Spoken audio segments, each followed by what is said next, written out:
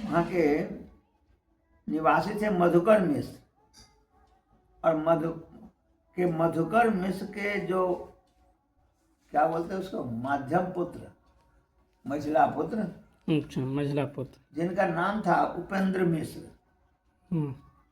उपेंद्र मिश्र जो थे वो वैदिक ज्ञान में बड़े निपुण थे, एकदम भगवान के भक्त भी थे, और बहुत सद्गुण संपूर्ण गृहस्थ थे, वैरागी नहीं थे।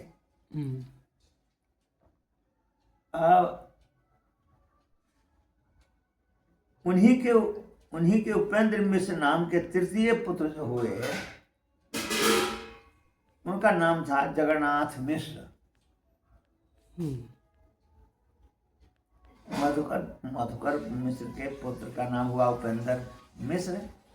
उपेंद्र मिश्र के तृतीय पुत्र कौन हुए? जगन्नाथ मिश्र। इन्होंने शास्त्र अध्ययनार्थ पूरे बंगाल एवं भारत के विख्यात विद्या केंद्र नवद्वीप आगमन किया। पहले जो हिंदुस्तान में दो जगह था, एक तो मिथिला में विद्वानों का भंडार था, ज्यादा विद्वान थे, बहुत विद्वान थे, और दूसरा था नवद्वीप में, कोलकाता एरिया में, नवद्वीप जो मायापुर कहते हैं उस एरिया में, नवद्वीप प्रॉपर, नवद्वीप में। नवद्वीप जो है बहुत पुराना विद्वानों का गढ़ है, और मायापुर में उनका स्थायी निवास था। और पंडित नीलांबर चक्रवर्ती की कन्या जो थी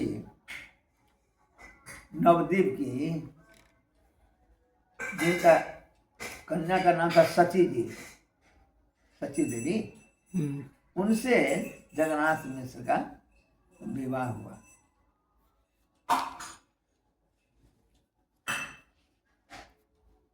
कालक्रम में जगन्नाथ मिश्र और सती देवी के द्वारा 8 पुत्रियों का, कन्याओं का जन्म हुआ। हाँ, और 8 के 8 काल के काल में वो समा गए। याद करिए कि वासुदेव जी को भी 8 संतान हुआ था ना, जिसको कंस ने 6 को मार दिया। 8 कन्याएं थे ना, 8वां पुत्र, 8 संतान हुआ तो 6 को मार दिया था, 2 ही न बचे थे। काले नेमी ने, जो कंस था, पूर्वजन्म का काले नेमी कंस था, तो मार दिया था। तो यहाँ भी कुछ इसी तरह की घटनाएं, 6 को ही मारे थे, भगवान थे, भगवान वहां गए तो उनके जगह पर वो लड़की आई देवकी से। अब सची देवी से भी 8 कन्याएं हुई, तो 8 के 8 कन्या जो काल के काल में समा गई।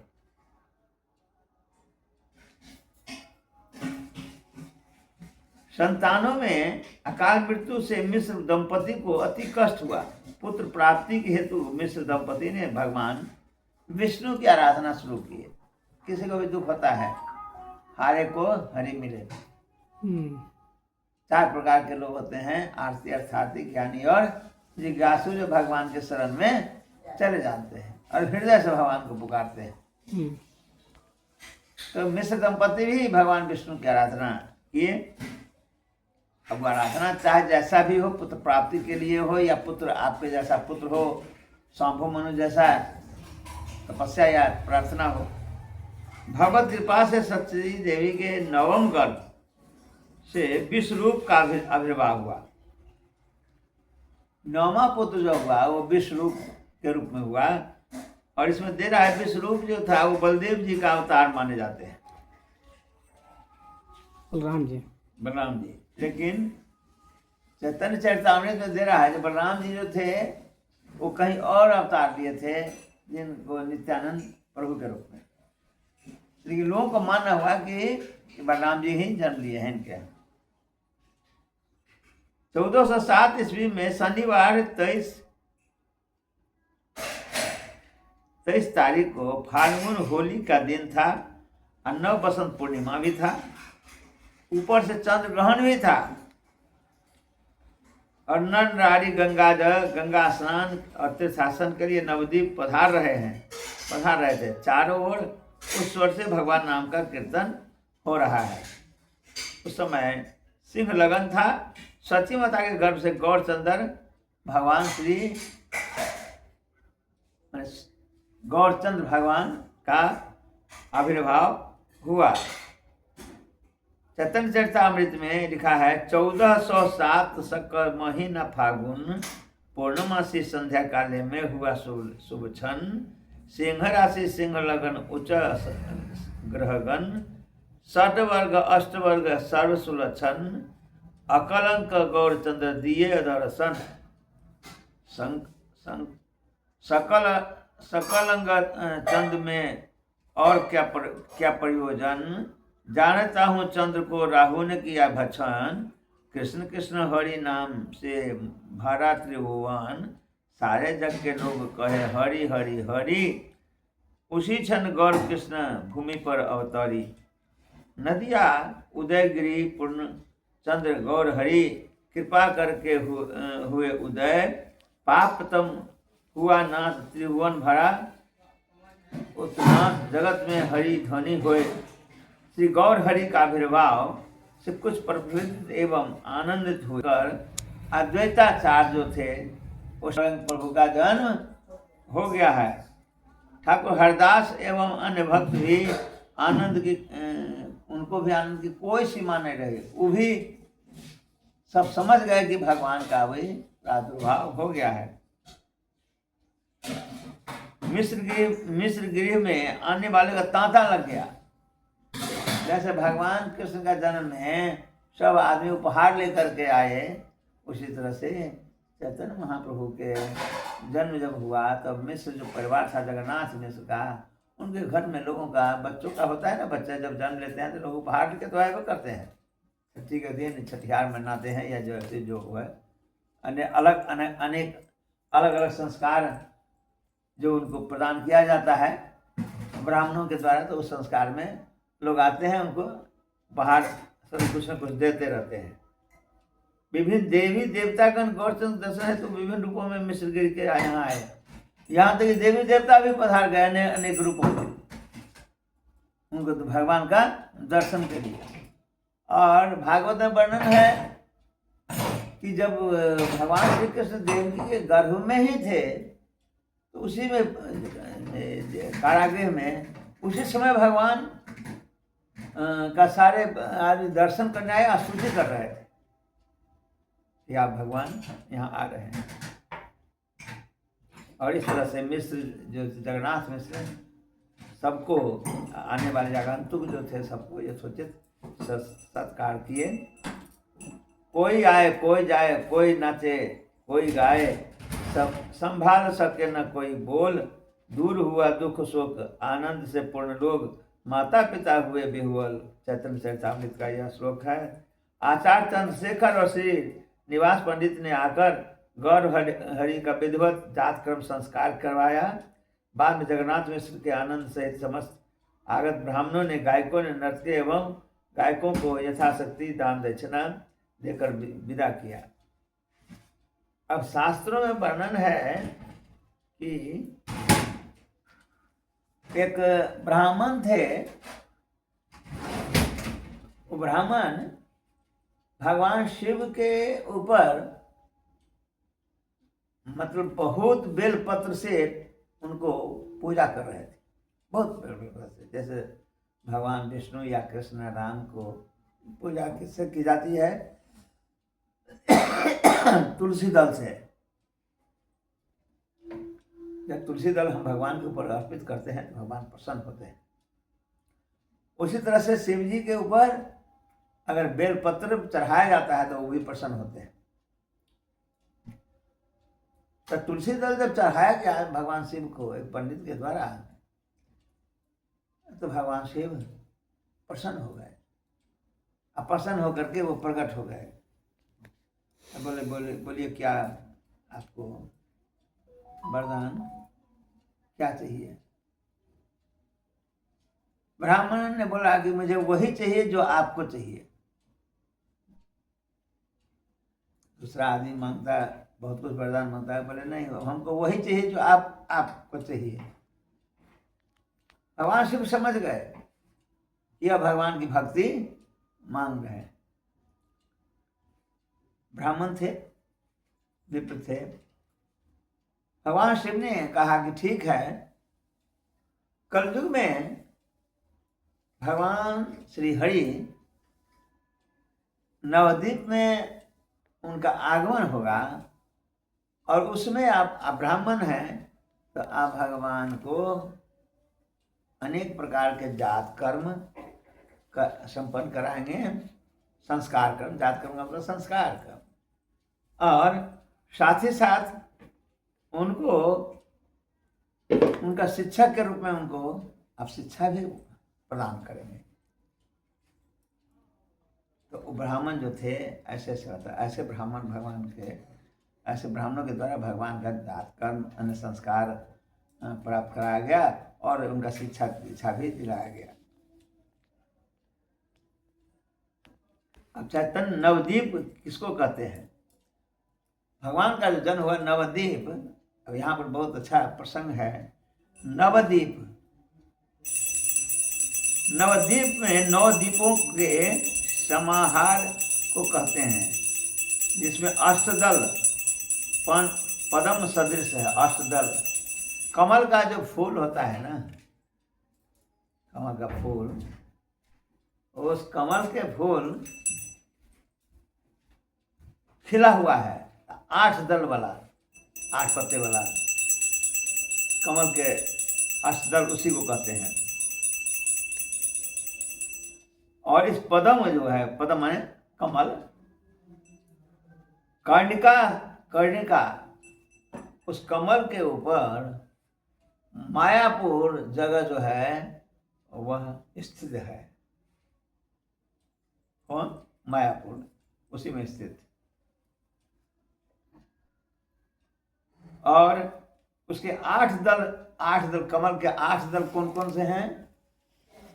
उस कमल के 8 दल जो है, सीमांत द्वीप, नवद्वीप जो कहा गया है, उसका नाम जो रखा गया है वो पहला है सीमांत द्वीप। सीमांत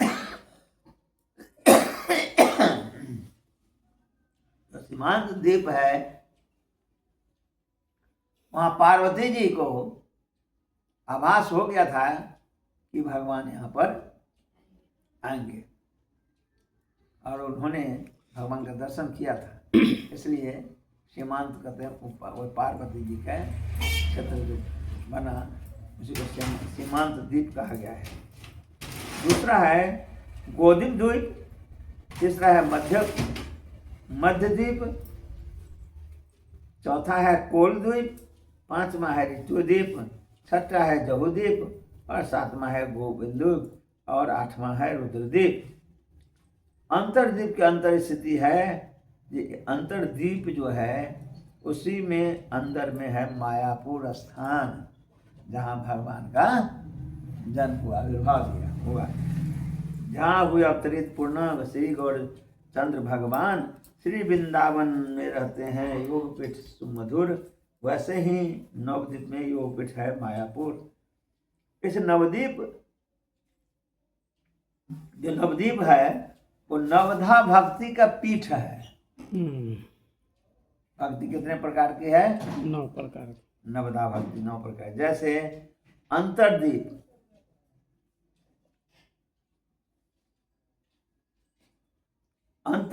जहाँ पर कम हुआ है, थोड़ा सा है, कम हुआ है। ये हमको तो हमारा बीपी बड़ा हो रहा था, इससे भी दर्द होता है। तो अंतरद्वीप आत्मनिवेदन का स्थान है। 9 प्रकार का जो भक्ति है ना, इसमें एक भक्ति आत्मनिवेदन है। आत्मनिवेदन भक्ति किसने किया था? अक्रूर जी ने मन से किए थे। आत्मनिवेदन, झूठ करके 9 प्रकार के भक्ति हैं। श्रवण, कीर्तन, आत्मनिवेदन, बंधन। यहाँ पे आत्मनिवेदन का मतलब क्या हुआ? आत्मा से निवेदन करना। अच्छा, मन से याद किए थे। आत्म भगवान का सामने बोले नहीं लेकिन मन में याद किए। सामने भी तो काहे नहीं बोले हैं। हम्म।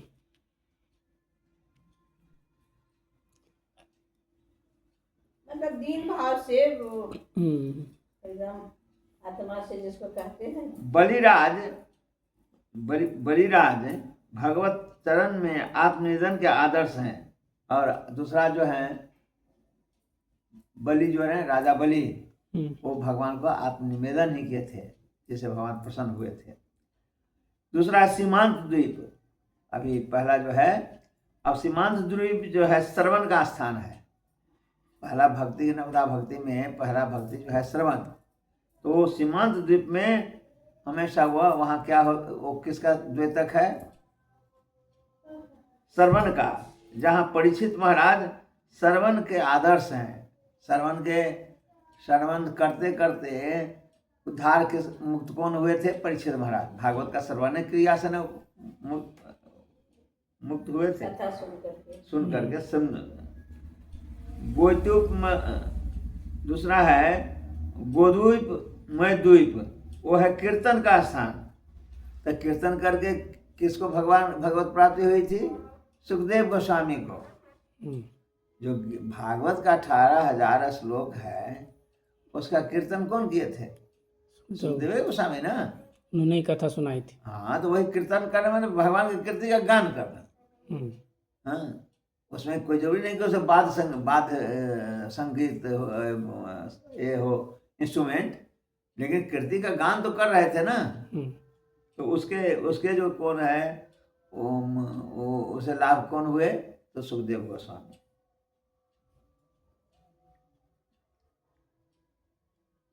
मध्यद्वीप स्मरण लगा है।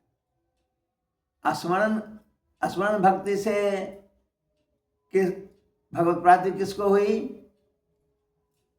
तो प्रहलाद महाराज को।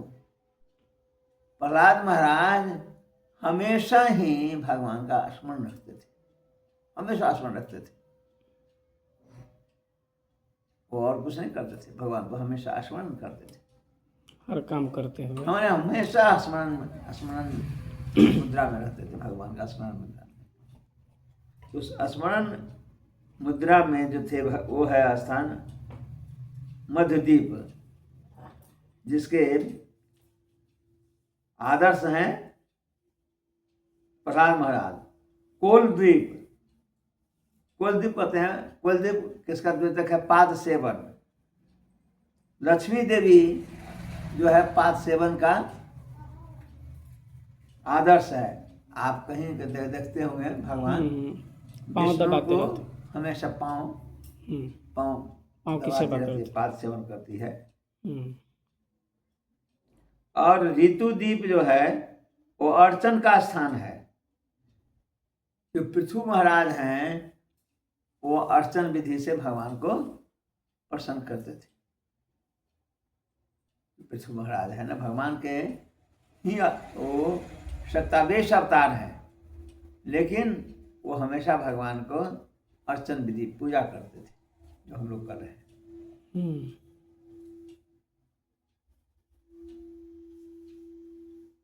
और जहुदीप बंधन का स्थान है।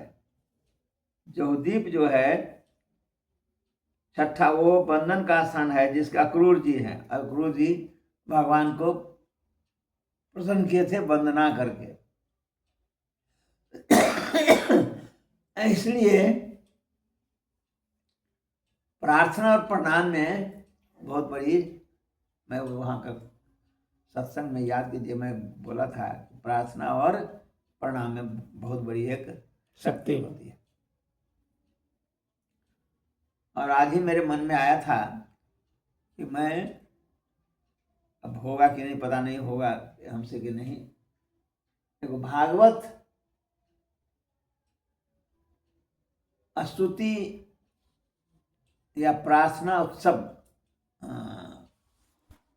एक अक्रूर जी ने बंधन, भक्ति के 9वां अंग जो है बंधन, वो अक्रूर जी वंदन करके आदर्श प्रस्तुत किया है और भगवान को हैं? बंधन की बंदना, वंदन वंदन वही वंदना वंदन। मोद्वीप दिन दूसरा है, सातवां जो है मोयदूप द्वीप। वो मोयदूप द्वीप जो है वह दास, नौवां भक्ति, सातवां भक्ति जो है वह दास दास भक्ति, जिसके आदर्श हैं बजरंगबली। भगवान श्री राम का हमेशा दास भाव में ही अपना उनकी भक्ति किए हैं। तो बजरंगबली भी तो शिव के भक्त हैं। अरे शिव जी के भक्त तो हैं, लेकिन भगवान का दास ना बने हैं। भगवान श्री राम के इसमें हमेशा दास भाव में ना उन भक्ति किए हैं। इसके बाद में है रुद्रदीप कहीं सुने कि शिव जी के ही रूप में है। अरे भगवान शिव का शिव सख का स्थान है। वीर श्रेष्ठ अर्जुन जो थे वह सख भाग में थे। सख्य भाग मतलब सखा सखा मित्र, मित्र भाव में। तो श्री चैतन्य देव की जन्मभूमि मायापुर काल के कुटिल गति से गंगा और सरस्वती के गति परिवर्तन के कारण लुप्त प्राय हो गया था उस समय में। वहाँ गंगा और सरस्वती की धारा बहती थी। कहा मायापुर नवद्वीप में, तो सब जैसे अपना ही नदी कैसे विलुप्त हो गया है। लेकिन भक्ति विनोद ठाकुर ने श्री चैतन्य देव की कृपा से उनके जन्म स्थान श्री मायापुर का उद्धार किए। आज जो मायापुर इतना हाईलाइटेड हुआ है वो सब खोज करके भक्ति विनोद ठाकुर थे। भक्ति विनोद ठाकुर कौन थे? प्रभुपाद जी के दादा गुरु, सरस्वती महाराज के पिताजी, ठाकुर जी के पिताजी। उन्होंने बहुत विद्वान थे, भगवान के बहुत बड़े भक्त थे, चैतन्य महाप्रभु के बहुत बड़े भक्त थे। उन्होंने और वो सरकार में अथी क्या बोलते हैं उसको, दंडाधिकारी मजिस्ट्रेट थे। तो उसी नौकरी के दरम्यान में ही उन्होंने मायापुर का एक एक चीज़ खोज करके और वहाँ उनका रिसर्च करके सबको स्थापित किए थे।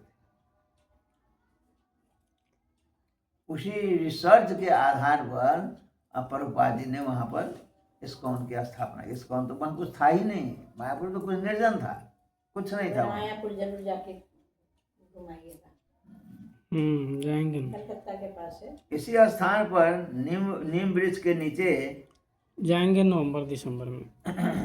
अभी वो लोग जा रहा है, वो यहाँ का एक पार्टी जा रहा है, के कारण उनका नाम पड़ गया क्या, निमाई पंडित। कौन है? करने वाले यात्रीगण आज भी देख सकते हैं यहाँ निमाई जन्म स्थान है। एक छोटा सा मंदिर है जिसमें जगन्नाथ मिश्र और सची देवी एवं सुश्री निमाई की प्रतिमा है। कुछ ही दूरी पर विशाल मंदिर गर्भगृह है जिसमें लक्ष्मी प्रिया एवं श्री विष्णु प्रिया चैतन्य महाप्रभु का दो